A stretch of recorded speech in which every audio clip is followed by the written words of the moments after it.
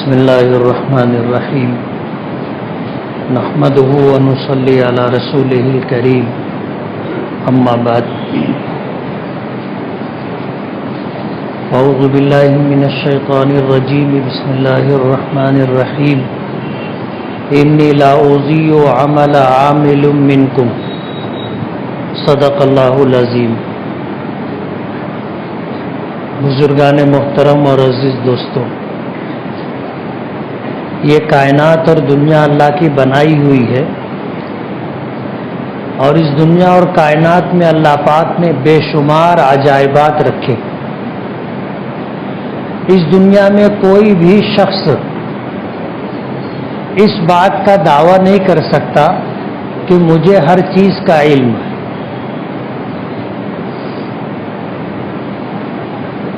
عربی کا ایک جملہ ہے لِكُلِّ فَنٍ رِجَال، ہر فن کے لیے، ہر لائن کے لیے الگ الگ لوگ ہوتے۔ ایک شخص ڈاکٹر ہے تو میڈیکل اور طبی لائن سے اس کی جو معلومات ہے وہ اس کا حصہ ہے۔ ظاہر بات ہے جو ڈاکٹر نہیں ہے وہ طبی اور میڈیکل لائن کی معلومات نہیں رکھتا، سنتا ہے، پڑھتا ہے تو اس کو سرسری معلومات ہوتی۔ ایک شخص قرآن کریم کا عالم ہے، مفتی ہے، قاضی ہے، وہ شریعت کا علم رکھتا ہے۔ شریعت سے ہٹ کر کے جو علوم ہے اس سلسلے میں اس کا علم ویسا نہیں ہے جیسے اس فیلڈ کے ماہر لوگوں کا ہے۔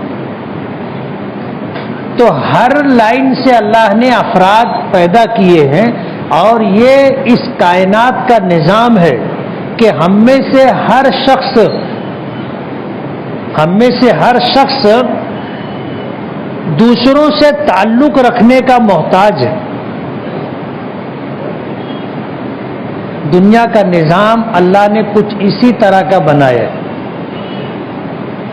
کہ کوئی کسی سے مستغنی نہیں ہے۔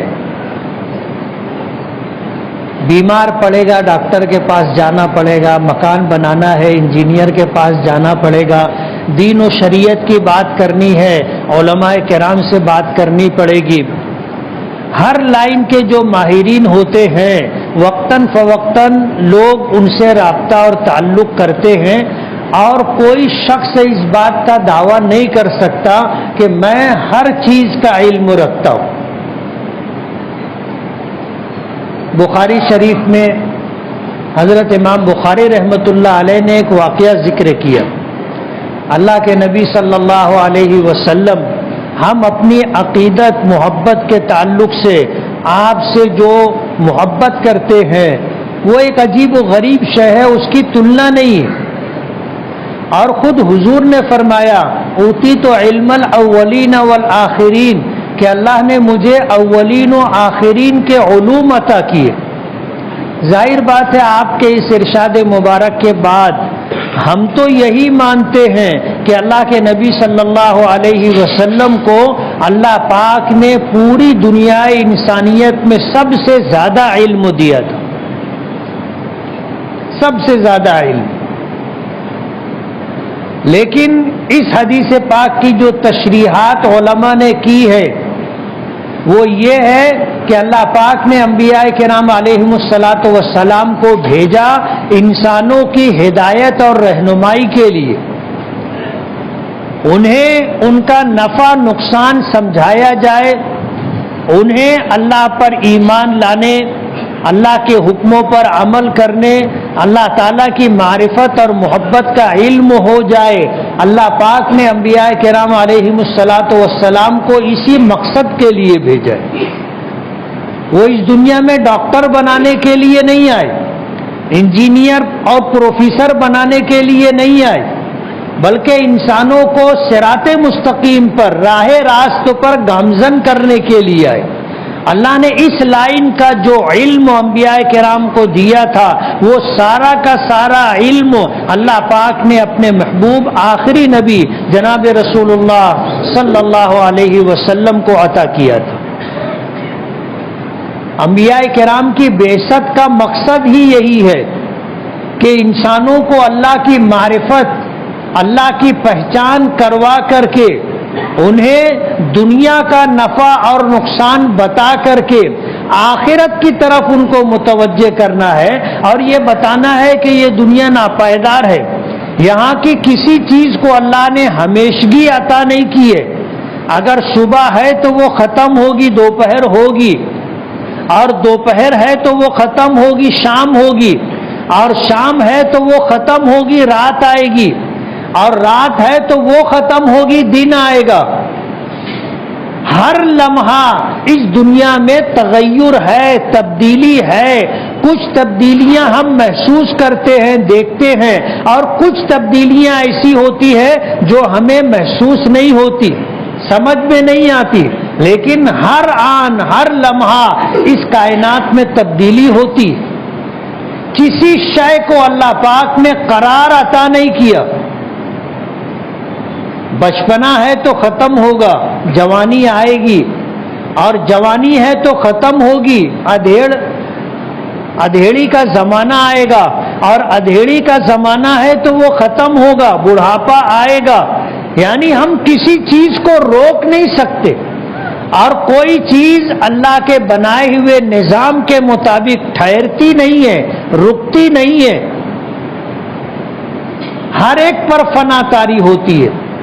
اللہ پاک نے فرمایا کل من علیہا فان ویبقى وجہ ربک ذو الجلال والاکرام، کہ اس کائنات کی ہر مخلوق پر فنا طاری ہوتی ہے، ہر آن ہر لمحہ تبدیلی آتی ہے،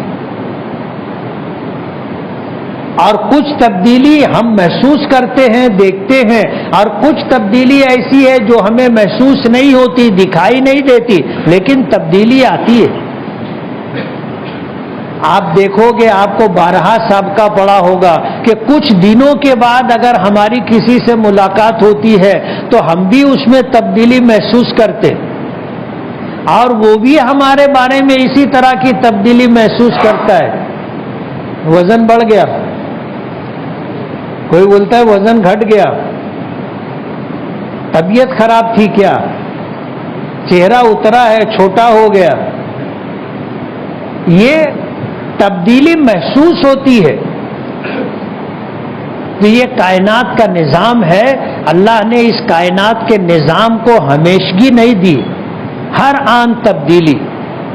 تو میں عرض کر رہا تھا کہ اللہ کے نبی صلی اللہ علیہ وسلم نے فرمایا کہ اللہ نے مجھے اولین و آخرین کے علوم عطا کیے، لیکن یہ علم شریعت تھا۔ امام بخاری رحمۃ اللہ علیہ نے بخاری شریف میں ایک واقعہ ذکر کیا ہے کہ حضور پاک صلی اللہ علیہ وسلم ہجرت کر کے جب مدینہ منورہ تشریف لے گئے تو آپ نے دیکھا کہ اہل مدینہ اپنے کھجور کے باغ میں ایک عمل کیا کرتے تھے، ایک کام کیا کرتے تھے، اور وہ یہ ہوتا تھا کہ کھجور کے درخت میں کچھ درخت نر ہوتے اور کچھ درخت مادہ ہوتے۔ جو درخت نر ہوتے ہیں اس میں کھجور کی پیداوار کم ہوتی، اور جو مادہ درخت ہوتے ہیں ان میں اچھی خاصی کھجوریں لگتی۔ تو وہ ایک کام یہ کیا کرتے تھے کہ نر درختوں میں جو خوشہ آتا تھا، اس میں جو پھول نکلتا تھا، وہ پھول لے کر کے مادہ درخت میں جو خوشہ ہوتا تھا، یہ نر درخت کے پھول اس خوشے میں ڈال دیا کرتے تھے۔ کھجوریں بہت اچھی مقدار میں لگتی تھی۔ حضور پاک صلی اللہ علیہ وسلم نے دیکھا تو فرمایا اس سے کیا ہوگا، یہ مت کیا کرو۔ تو لوگوں نے آپ کے کہنے پر اس سال یہ عمل نہیں کیا، کھجوروں کی پیداوار کم ہو گئی۔ جب کھجوروں کی پیداوار کم ہوئی تو یہ بات نبی کریم صلی اللہ علیہ وسلم کے علم میں بھی آئی۔ جب آپ کے علم میں یہ بات آئی تو آپ نے فرمایا انتم عالم بامور دنیاکم، تمہاری دنیاوی معلومات کا علم تم زیادہ رکھتے ہو، تم بہتر سمجھتے ہو کیا کرنا چاہیے کیا نہیں کرنا چاہیے، اور پھر آپ نے اجازت دے دی کہ تم جیسا کرتے تھے ویسا کرو۔ اب ظاہر بات ہے یہ کھیتی باڑی سے تعلق رکھنے والی بات تھی، اللہ کے نبی صلی اللہ علیہ وسلم نے جو مناسب سمجھا اور جو آپ نے بہتر جانا وہ بتایا، لیکن تجربے سے یہ بات ثابت ہوئی کہ جو کھیتی کرنے والے باغبانی کرنے والے جو عمل کیا کرتے تھے وہ بہتر تھا، تو حضور نے ان کو اجازت دے دی، اور یہ کہہ کر اجازت دی انتم اعلم بامور دنیاکم، تمہارے دنیاوی معاملات کو تم بہتر جانتے ہو۔ تو ہر چیز کا علم صرف اللہ کے پاس ہے، اللہ کے علاوہ کسی شخص کو اللہ نے یہ مقام نہیں دیا کہ وہ دعویٰ کرے کہ مجھے ہر چیز کا علم ہے۔ ہر انسان کہیں نہ کہیں جا کر کے عاجز ہو جاتا ہے۔ عاجز ہونے کا مطلب یہ ہے کہ ہتھیار ڈال دیتا ہے اور اس بات کا اعتراف کرتا ہے کہ مجھے معلوم نہیں۔ فقہی لائن سے عالم بننے کے بعد جب افتاء کا کورس کیا جاتا ہے تو افتاء کے کورس میں نصاب میں جو کتابیں شامل ہیں اس میں ایک کتاب ہے، اور اس کتاب کے اندر یہ جملہ ذکر کیا گیا ہے کہ کوئی شخص اس بات کا دعویٰ نہیں کر سکتا کہ اس کو شریعت کا بھی مکمل علم ہے، اس بات کا دعویٰ نہیں کر سکتا، اور کوئی شخص ہر بات کا ہر سوال کا جواب جانتا ہو ایسا ضروری نہیں، بلکہ ایک عجیب جملہ لکھا ہے کہ جو آدمی ہر سوال کا جواب دے وہ پاگل ہے۔ جو آدمی ہر سوال کا جواب دے وہ پاگل ہے۔ ظاہر بات ہے انسان ہے، کہیں نہ کہیں اس کا علم جا کر کے رک جاتا ہے، اور وہ یہ کہنے پہ مجبور ہو جاتا ہے اللہ اعلم، اللہ بہتر جانتا ہے، اللہ زیادہ جانتا ہے۔ اور آدمی عالم ہو، حافظ ہو، مفتی ہو، دین و شریعت کا کتنا بھی علم رکھتا ہو، کچھ چیزیں ایسی ہوتی ہے کہ جب اس کے سامنے آتی ہے تو اسے اس بات کا احساس ہوتا ہے کہ مجھے اس کا جواب معلوم نہیں ہے، مجھے تلاش کرنا پڑے گا قرآن میں، حدیث میں، فقہ کی کتابوں میں، یہ بات ہوتی ہے۔ تو ہر چیز کا علم صرف اللہ کے پاس۔ قرآن کریم اللہ کی کتاب ہے، اور ایسی عظیم الشان کتاب ہے کہ اللہ تعالیٰ نے قرآن کریم میں جانکار علماء بتاتے ہیں کہ 360 علوم قرآن کریم میں ہیں، 360 علوم۔ ہم سمجھتے ہیں کہ یہ صرف شریعت کی کتاب، قرآن کریم اللہ کا کلام ہے، انسانوں کی ہدایت کے لیے اللہ نے اتارا۔ قرآن کریم میں اللہ نے فرمایا ھدی للمتقین، کہ یہ کتاب ہدایت ہے اللہ سے ڈرنے والوں کے لیے، یعنی مسلمانوں کے لیے۔ قرآن کریم میں اللہ نے فرمایا ھدی للناس، کہ یہ کتاب ہدایت ہے پوری دنیای انسانیت کے لیے۔ اب جو لوگ ایمان نہیں رکھتے، اللہ کی ربوبیت، الوہیت، وحدانیت کو نہیں مانتے، ظاہر بات ہے وہ بھی لوگوں میں ہے، یہ کتاب ان کے لیے بھی کتاب ہدایت ہے۔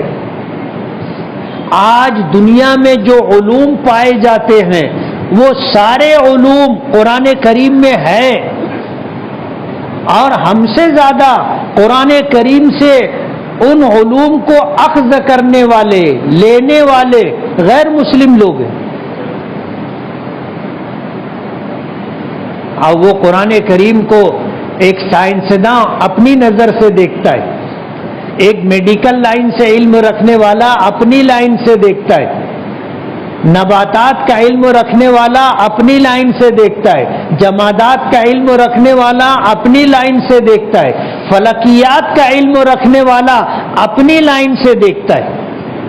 قرآن کریم میں ایک مرد ایک عورت میاں بیوی کی ملاقات کے بعد جب حمل کا استقرار ہوتا ہے اور پھر بچے میں جو تبدیلیاں آتی ہے، قرآن کریم میں اس کو تفصیل سے ذکر کیا ہے کہ کیا کیا تبدیلی آتی ہے، اور پھر ایک وقت آتا ہے کہ ایک جیتا جاگتا بچہ اس دنیا میں آتا ہے۔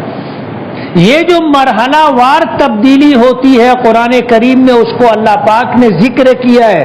اس کو جاننے والے ڈاکٹر حضرات اچھی طرح جانتے، ہم تو سرسری طور پر بتا سکتے ہیں کہ ایسے شروعات ہوتی ہے اور پھر یہ تبدیلیاں آتی ہیں، لیکن اس میں گہرائی اور گہرائی کے ساتھ کیا ہے، یہ ایک ماہر ڈاکٹر، ایک ماہر حکیم ہی سمجھ سکتا ہے۔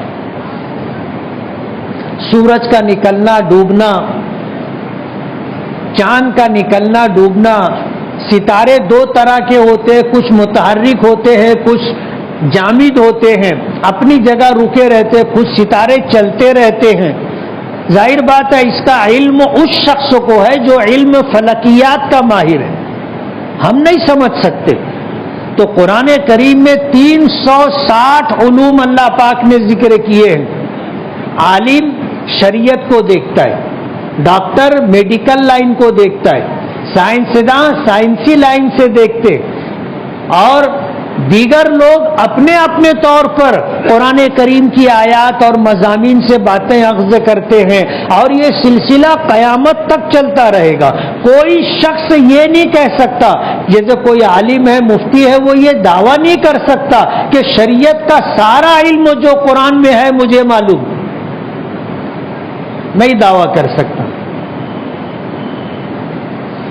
قرآن کریم میں جو علوم ہے اور قرآن کریم میں جو کچھ اللہ پاک نے رکھا ہے، یہ سلسلہ قیامت تک چلتا رہے گا، اور لوگ اس میں سے جیسے جیسے زمانہ گزرتا رہے گا اس چیز کو نکال کر دنیا والوں کے سامنے پیش کرتے رہیں گے۔ جیسے قرآن کریم کی تفسیر ایک کتاب ہے، ایک عالم نے اگر اس کی تفسیر لکھ دی تو عقلی اعتبار سے آدمی سوچتا ہے کہ اب دوسری تفسیر کی ضرورت نہیں۔ قرآن کریم ایک کتاب ہے اور اس کی ایک تفسیر لکھی جا چکی، اور جس شخص نے تفسیر لکھی ہے وہ کوئی مختصر تفسیر نہیں، بہت تفصیل سے لکھی۔ اب ظاہر بات ہے جب یہ بات ہے تو آدمی سوچے گا دوسری تفسیر کی ضرورت نہیں ہے۔ قرآن کریم کا ترجمہ ایک شخص نے، اچھے عالم نے قرآن کریم کا ترجمہ کر دیا تو عقل یہ کہتی ہے کہ اب دوسرے ترجمے کی ضرورت نہیں ہے۔ لیکن آپ دیکھو گے 1400 سال گزر گئے، ہر زمانے میں قرآن کریم کا ترجمہ لوگ کرتے رہے، قرآن کریم کی تفسیر لوگ لکھتے رہے، اور کسی تفسیر کو دیکھنے کے بعد کوئی یہ نہیں کہتا کہ اس کی ضرورت نہیں تھی،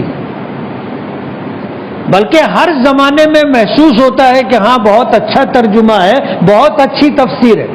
اس کے بعد پھر ترجمہ کیا جاتا ہے، پھر تفسیر کی جاتی ہے، اور اس زمانے میں لوگ کہتے ہیں کہ ہاں اس کی ضرورت تھی، اور یہ سلسلہ قیامت تک چلتا رہے گا۔ قرآن کریم زندہ کتاب ہے، اور قرآن کریم اللہ تعالیٰ کی طرف سے عجائبات سے بھری ہوئی کتاب،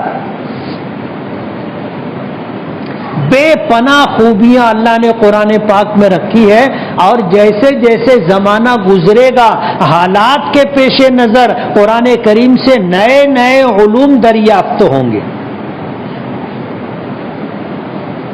تو قرآن کریم اللہ تعالیٰ کی کتاب ہے، اللہ تعالیٰ کا کلام ہے۔ اس کا سب سے اہم پہلو ہدایت۔ قرآن کریم انسانوں کی ہدایت اور رہنمائی کے لیے ہے، اس کے علاوہ اس میں جو کچھ ہے وہ دنیاوی اعتبار سے انسانوں کے لیے نفع بخش ہے، اور شریعت نے اس سے منع نہیں کیا ہے۔ تو قرآن کریم کے متعلق علماء نے لکھا ہے کہ اللہ پاک کا ارشاد ہے، انی لا اضیع عمل عامل، جو آدمی محنت کر رہا ہے، کوشش کر رہا ہے، اللہ اس کی محنت اور کوشش کو رائے گاں اور بیکار نہیں جانے دیتے۔ جس لائن سے محنت کرے گا اللہ اس کو وہ دے دیں گے، وہ چیز اسے حاصل ہو جائے گی۔ کم یا زیادہ اس کی محنت پر منحصر ہے. کم محنت کی ہے وہ چیز کم ملے گی، زیادہ محنت کی ہے اس کو وہ چیز زیادہ ملے گی. اللہ کسی کی محنت کو، کسی کے عمل کو رائے گا اور بیکار نہیں جانے دیتا. لیکن قرآن کریم کا اصل پہلو ہدایت، قرآن کریم کو اس لائن سے پڑھنا کہ یہ اللہ کا کلام ہے اور ایک شخص دنیا میں آیا ہے اور اسے دنیا میں اللہ نے بھیجا ہے تو اپنی طاعت اور عبادت کے لیے اللہ نے اسے دنیا میں بھیجا ہے، دوسروں کی رہنمائی اور ہدایت کے لیے، جسے دعوت کہا جاتا ہے. عبادت اور دعوت یہ قرآن یعنی دین و شریعت کا اصل پیغام ہے.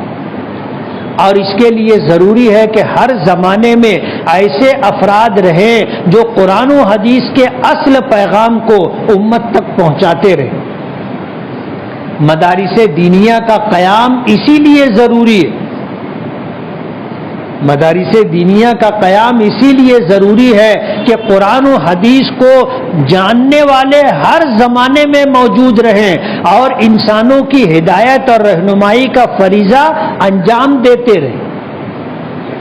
سال مکمل ہو گیا، رمضان سے پہلے مدارس کی سالانہ چھٹی ہو جاتی ہے اور 10 شوال 11 شوال سے مدارس پھر شروع ہو جاتے. آج میرے خیال سے 12 شوال ہے، مدارس شروع ہو گئے. اسکولوں کی چھٹیاں لگ جائیں گی، امتحانات ہو گئے کچھ کلاسوں کے امتحانات 23 اپریل تک چلیں گے. اس کے بعد اسکولوں کی چھٹیاں ہوں گی. بچے اللہ پاک نے ہمیں نعمت کے طور پر دیے، یہ اللہ تعالیٰ کی امانت ہے. اپنے بچوں کی دینی رہنمائی، اپنے بچوں کی بہترین اخلاقی تربیت ضروری ہے. آج ہم اسکولوں میں کالجوں میں جو کچھ پڑھتے ہیں، شریعت نے اس علم کو حاصل کرنے سے منع نہیں کیا بلکہ ترغیب دی ہے، تم یہ علوم حاصل کرو. اور وجہ بھی اس کی یہ ہے کہ اگر دنیاوی علوم کے ماہرین ہماری شریعت پر اگر کوئی اعتراض کریں تو ان کے اعتراض کا جواب دینے کے لیے اسی لائن سے ہمارے پاس افراد کا رہنا ضروری ہے. اگر کسی کے سوال کا آپ نے جواب نہیں دیا تو خاموش رہے تو اس کا مطلب یہ ہوا کہ آپ نے اپنی غلطی تسلیم کر لی، آپ نے اعتراض کو سچ مان لیا، آپ نے اپنی شکست اور ہار کو قبول کر لیا. اس لیے ہم مسلمانوں میں اچھے سائنسداں ہونے ضروری ہیں، اچھے ڈاکٹر ہونا ضروری ہے، اچھے انجینئر ہونا ضروری ہے، اچھے پروفیسر اور ماسٹر ہونا ضروری ہے. یہ ضروری ہے، شریعت نے اس سے کبھی بھی منع نہیں کیا. لیکن اسی کے ساتھ اس بات کی تاکید کی ہے کہ اپنے بچوں کو پہلے سچا پکا مسلمان بنائیں. وہ ڈاکٹر ہو تو بھی اچھا مسلمان ہو، انجینئر ہو تو بھی اچھا مسلمان، یہ ضروری ہے. سائنسداں ہو تو بھی اچھا مسلمان. ایک سچا پکا مسلمان اپنی اولاد کو بنانا ضروری ہے. ابھی اسکولوں کی چھٹیاں ہوں گی، یہ مہینہ 1.5 مہینہ 2 مہینہ بچوں کے لیے سمر کلاسیں شروع کی جاتی ہے جس میں انہیں دین کی بنیادی تعلیمات کا علم دیا جاتا ہے، ان کی اخلاقی تربیت کی جاتی ہے، ان کو بنانے سنوارنے کی کوشش کی جاتی ہے. اپنے بچوں کو آپ خالی نہ رہنے دیں، ان کی دینی تعلیم و تربیت کی فکر کریں. اور آپ اپنے بچوں میں سے اگر کسی کو عالم، حافظ، مفتی، قاضی بنانا چاہتے ہیں، مدارس دینیہ کا نیا سال شروع ہو گیا ہے، آپ ان کو مدرسوں میں داخل کروائیں. ضروری ہر ایک عالم بن جائے ایسا ممکن نہیں، اور ہر ایک ڈاکٹر بن جائے ایسا بھی ممکن نہیں. ہر لائن کے الگ الگ لوگ ہوتے ہیں اور یہ رہنا ضروری ہے. تو اپنے بچوں کو آپ دنیاوی علوم دلائیں اور ماہر اور کامل بنائیں، لیکن ان کی دینی تعلیم و تربیت کی بھی فکر کرے. یہ اصل بات ہے، اصل پیغام ہے قرآن و حدیث کا، اور یہ اصل مقصد ہے دین و شریعت کا. اس لیے اپنے بچوں کی جہاں دنیاوی تعلیم کی آپ فکر کرتے ہیں، وہیں پر ان کی دینی تعلیم و تربیت کی بھی فکر کریں. یہ ان کا ماں باپ پر حق ہے، اور اس حق کی ادائیگی ماں باپ پر ضروری ہے. اگر ادائیگی نہیں کریں گے بچوں کا حق ضائع ہوگا. کل قیامت کے دن ہمیں اللہ کی بارگاہ میں جواب دینا پڑے گا. اس لیے ہم اپنی بھی فکر کریں اور اپنے بچوں کی بھی فکر کریں کہ دنیا میں نفع نقصان سمجھ کر کے زندگی گزاریں، اور آخرت کے تئیں ہم فکر کر کے رہے کہ ہماری آخرت بھی شاد آباد رہے. ہم جب اس دنیا سے جائیں آخرت میں تو ہم ناکام اور نامراد نہ ہوں. اللہ تعالی ہمیں عمل کرنے کی توفیق عطا فرمائے. وآخر دعوانا ان الحمد للہ رب العالمین.